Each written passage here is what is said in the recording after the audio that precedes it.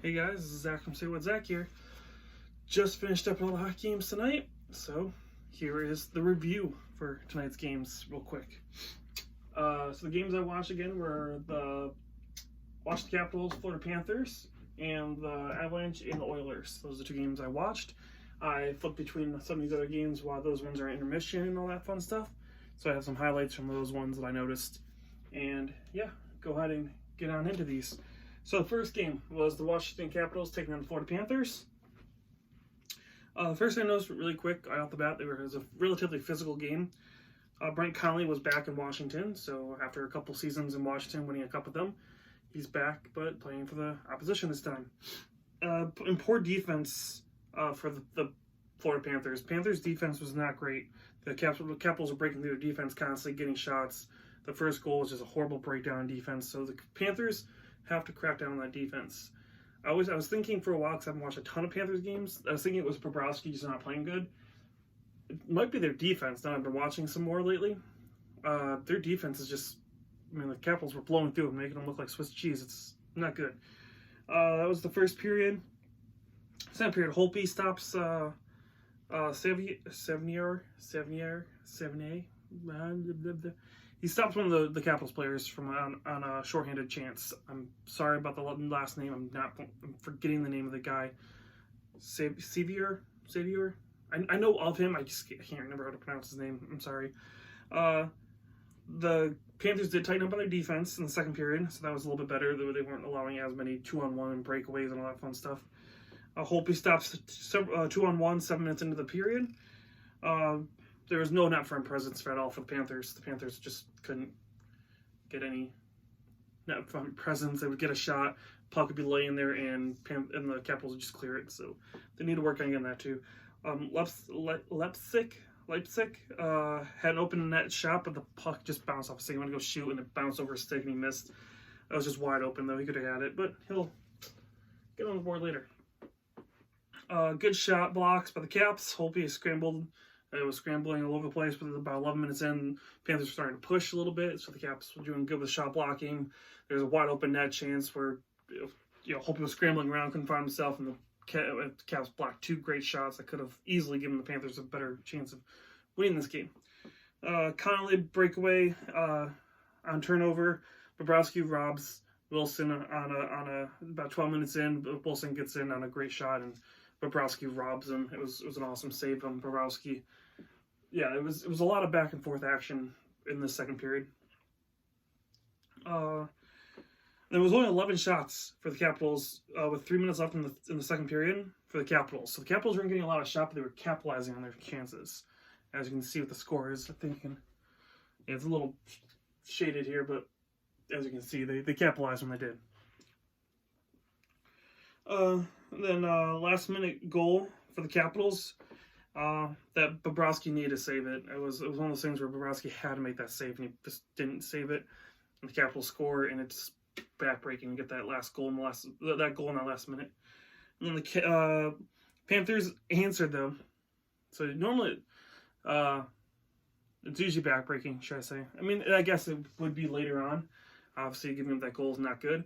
But the Capitals did answer, or the Panthers, whatever you want to call them, they answered right back within like 20 seconds later. It was amazing. It was like the Capitals scored, took the lead. It's like, oh man, wow, that was one that Bobrovsky had to have. They can't be giving that up. And then the Panthers came right back 20 seconds later and scored all within the last minute of the game, or the period, should I say. And it was just like, what just happened? So Capitals had a lead for 20 seconds at the end of the second period. Third period, Huberdeau and Wilson, but they had back and forth hitting. They were checking each other, and they both go off, I believe, for roughing at some point. I can't remember, sorry. But I do know that they were pretty much from the face-off, from the get-go, they were roughhousing and hitting and checking and poking at each other. There was a 4-on-4, 13 minutes into the period, with a dive and a hooking call for Barkov got the hooking, and I'm blanking on who got the dive for the Capitals, but the Capitals had a call too because they dove, and it really was. It was a really bad, obvious dive. So it was a good thing the refs got both of them. So they gave them 4-on-4. Nothing really happened from it. Bobrovsky stopped Ovechkin on a breakaway late in the third period at about 18 minutes into the period. he robs Ovechkin, which is a great stop. And then Bobrovsky stops a 2-on-1 that was also in the last 30 seconds. So it would look like Bobrovsky trying to keep this team in this game. He did do his best, but unfortunately, the Capitals would win this one 3-2. So they would improve to 17-4-5 now on the season. The Florida Panthers are now 12-8-5 on the season. The scoring plays, you got Ovechkin from Kuznetsov at 17:57 of the first, and that would be it for the first period. Brent Connolly would score on his return to Washington from Zorchek and Yandel at 11:17 of the second period. Panic, not Pionk, from Siegenthaler. It's been a long night, a lot of hockey, brain's numb. Siegenthaler, 19 minutes into the second period. They got Hoffman from Barkov at 19:22 the second period, which gave the tie up the game. So that was the goal in the last minute, which is like, it was exactly 1 minute to the end of the period, and you let that in, and then Hoffman from Barkov 22 seconds later. It's just like, wow, that was impressive. That's how you answer a goal. And then Eller from Verna, 5:18 of the third. Lepsic from Gudas. So see, Lepsic, he got his goal back, even though he had that wide open net. He had to stick the puck bounce over. Guda and Siegenthaler from 11:59 of the third. And Zorchek from Yandel and Hubadoo. 15:31 to the third to make it close, but not enough. You almost had that feeling like, couldn't the Panthers do this one more comeback? And no, they need to crack down this defense, because they aren't going to be able to keep scoring 4 or 5 goals to catch up to teams. The shots at the end of the game, I decided to do shots tonight. 20 for the Capitals, 40 for the Panthers. So again, the Capitals definitely took advantage of these goals when they got the chances. We're going to jump over to the other game I watched, and then we'll go into the other games of the night. So you have the Avalanche taking on the Edmonton Oilers. This game was pretty interesting. It was a very close game, and then it wasn't a close game. And the Oilers, I think, are going to feel the effects of this game for a few more games to come. So, starting off, you have Cassian was being very physical early on for the Oilers. He was going around hitting people every chance he got. An amazing hand-eye coordination from McDavid. There was I think it was a Cassian pass. He passed it across the ice, and McDavid knocked down out of the air, dropped it, and then shot it. Still amazed at how good this guy is.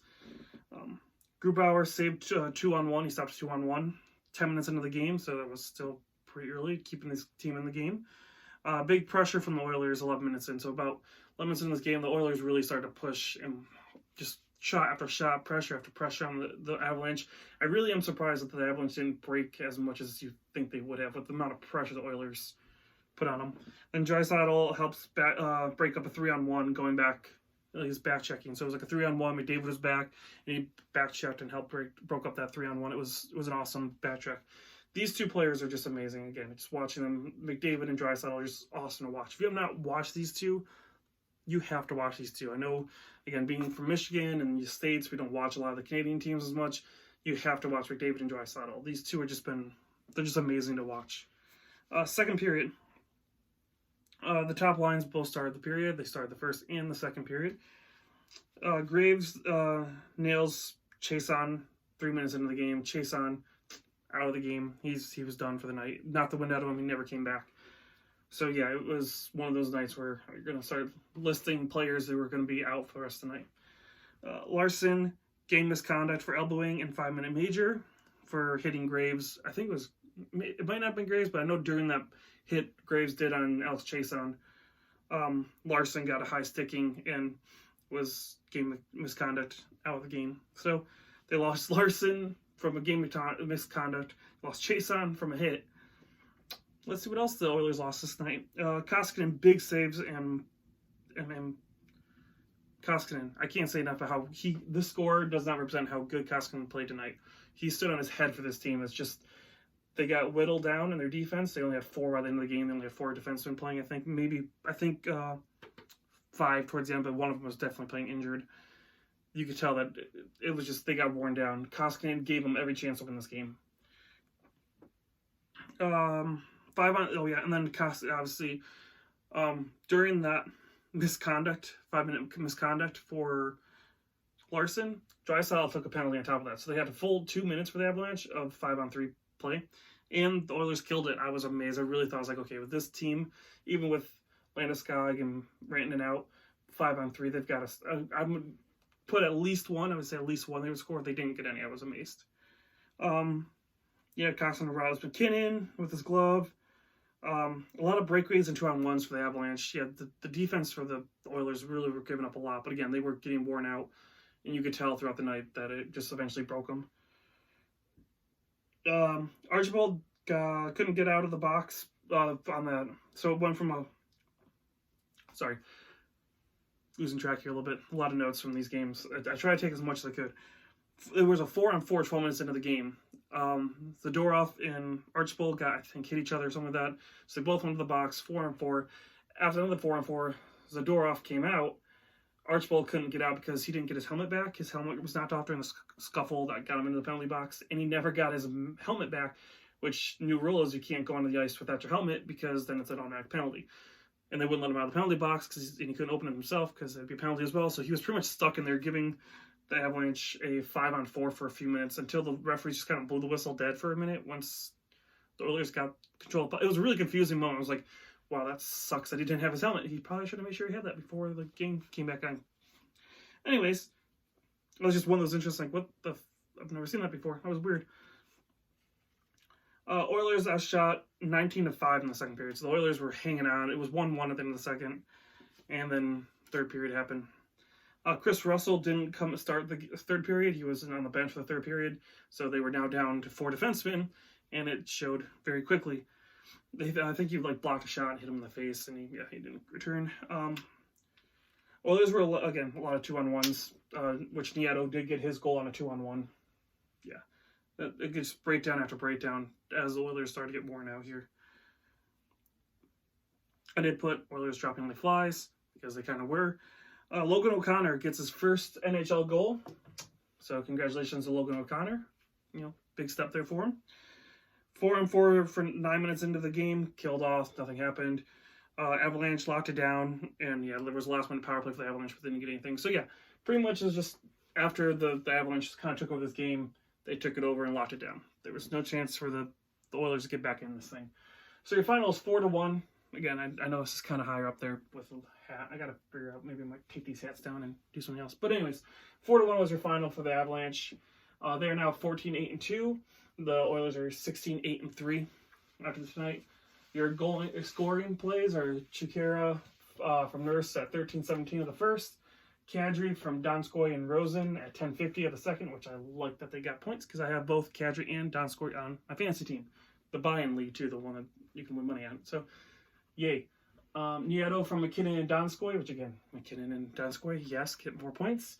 At 3:05 of the third. Then McKinnon from Cole and Graves at 4:07 of the third. And then that was just pretty much over at that point. Then O'Connor from Nichushkin, 5:37 of the third. So, within a few minutes, they pretty much took this game over.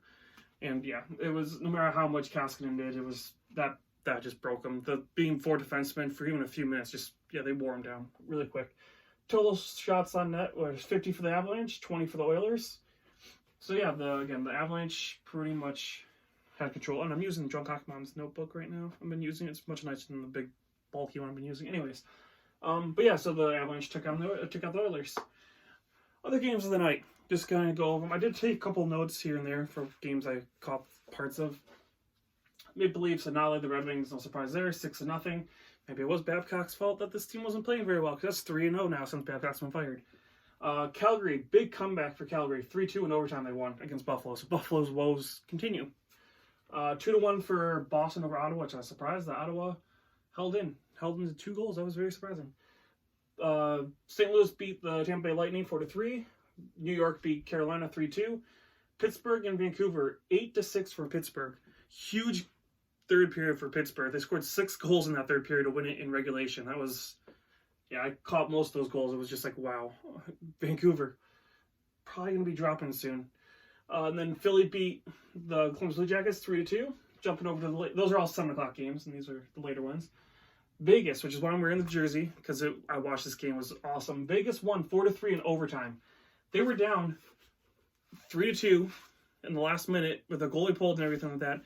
And Pacioretty scored with 0.3 seconds left on the period to tie it and force it overtime, and then they won it in overtime. So I'm like, wow, I've never seen someone score that in that last second, like 0.3 seconds. It was amazing. So I was very impressed, and to come back and win it, that was a very impressive, and to get themselves back into the wild card spot. But yeah, so that was an 8 o'clock game. Vegas took the Yotes beat the Ducks in a 4-3 shootout. That was a 9:30 game. Then you had the Kings beating the Islanders. Islanders, 2 games in a row they've lost in regulation. You need to pick that up. So the Kings won 4-1, and that was a 10:30 game. Another 10:30 game was the Jets annihilating the Sharks 5-1, which knocked San Jose back out of a wild card spot. So yeah, those are your total scores and updated scores for tonight's November 27th games. These are your current standings. Slight movement. Oilers stay where they were. The Yotes gained 2 points, so they secure a little bit better in the second spot in the Pacific. Vancouver's barely holding on to that spot right now. I could see them definitely dropping out by the weekend. St. Louis gains 2 points. They're up to 36. Dallas is at 32, which is also needs to start winning because they are barely holding on to that spot. With Winnipeg's win, they're up to 31, so they're 1 point behind Dallas.